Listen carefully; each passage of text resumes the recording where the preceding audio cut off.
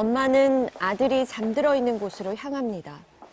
아들을 가슴에 묻은 지도 석 달이란 시간이 흘렀습니다. 아들 잘 있었어? 아들의 나이 고작 28. 짧은 삶을 살다 간 그는 누구보다 열심히 살았고 미련하리만치 착했습니다. 전혀 생각 못했죠. 지금 이건 진짜 상상도 못할 일이야. 언제부터 아들은 극심한 허리 통증을 호소했다고 합니다. 젊은 놈이 허리가 왜 아파? 이제 그러고 예사로 생각했는데 종양인데 이제 양성이라고 내일 수술 들어간다고. 통증의 원인은 척수에 생긴 종양 때문이었고 입원 후 이틀 뒤 종양 제거 수술을 받았는데요. 너무 아파하더라고요. 등 쪽 이랑이. 큰 수술이었고 통증은 당연히 부수적으로 따라올 수밖에 없는 거다. 수술이나 이런 건 잘 됐으니까 걱정하지 마라. 하지만 통증은 잦아들지 않았고 쇼크 증상으로 의식을 잃어 대학병원으로 급히 이송됐으나 끝내 숨을 거두고 말았습니다. 도대체 제가 왜 저러냐고, 잘 돼 있다고, 잘 끝났다고 하는데 애가 왜 저러냐고 그랬더니 우리는 최선을 다했습니다. 네, 28, 꿈 많은 청년이 너무 험악하게 세상을 떠난 것 같아 참 안타깝습니다. 고인은 척수에 종양이 생겨서 병원을 찾았다고 하는데요. 척수 종양에 대해서 좀 설명을 부탁드리겠습니다. 척수신경, 즉 그 등 쪽에 있는 척수신경에 생기는 종양을 우리가 여러 가지로 분류할 수 있는데 실제로 환자가 병원 갔을 당시에 MRI 사진을 좀 보시면 네.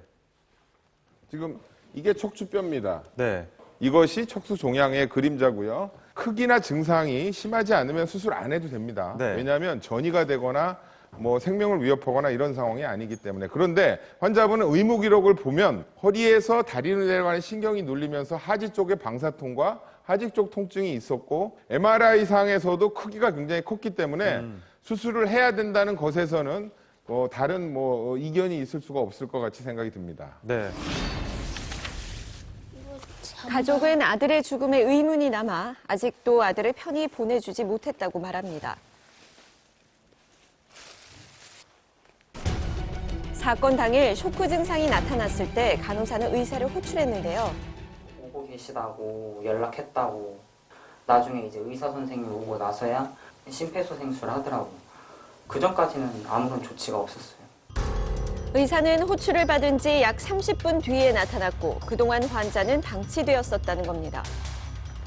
가족은 결국 부검을 의뢰했습니다. 사유인 저혈량성 쇼크를 우선 고려해 볼 수 있음.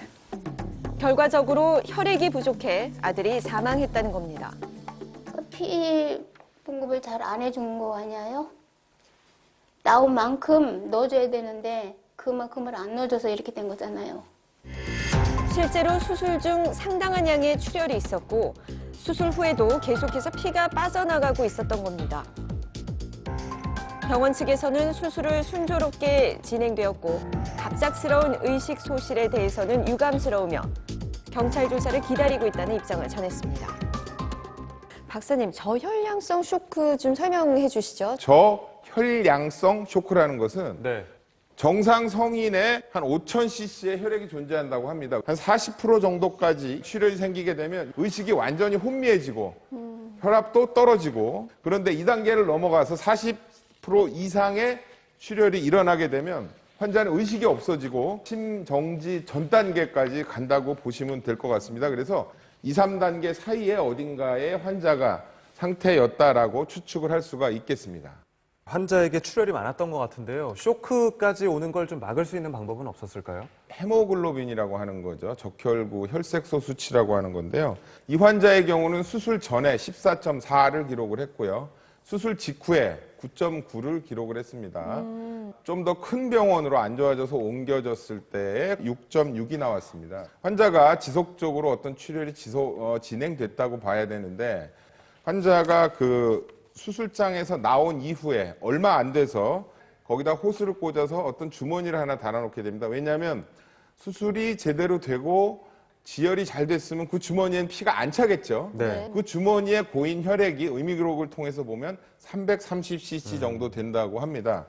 제가 앞에 들고 나와 있습니다만은 상당히 많은 양이네요. 이 정도가 330cc거든요. 그래서 분명히 안 좋은 상황이 진행되리라는 예견을 했어야 되는데 네. 그런 부분에서 조금 안타까움이 있어 보입니다. 쇼크가 일어났을 때 의사가 30분이 지나고 나서야 나타났고 또 결국 이게 골든타임을 놓쳐서 목숨을 잃게 된 게 아니냐는 주장을 하고 있거든요. 혈압이 낮아져서 막 안 좋은 상태가 지속되다 보면 나중에 원인 치료, 즉 출혈이 있는 치료를 한다 하더라도 환자가 제대로 돌아오기가 굉장히 힘든 거죠. 그래서 혈압을 빨리 유지시켜주고 정상적으로 올려놓고 그 다음에 피가 어디서 나는지 어떤 처치를 해야 되는지를 봐야 되는 건데 환자가 상태가 안 좋아지고 그로부터 승합제가 들어가고 뭐 적극적인 처치가 이르기까지 시간이 좀 오래 걸렸다는 게 중요한 포인트라고 봅니다. 정말 여러 가지로 아쉬움이 많이 남는 것 같은데요. 자, 변호사님, 이 부분 어떻게 법적으로 문제가 될 수 있을까요? 결론적으로 이제 수술방에서 지혈을 제대로 못하고 나왔다라는 게 첫 번째 문제고요.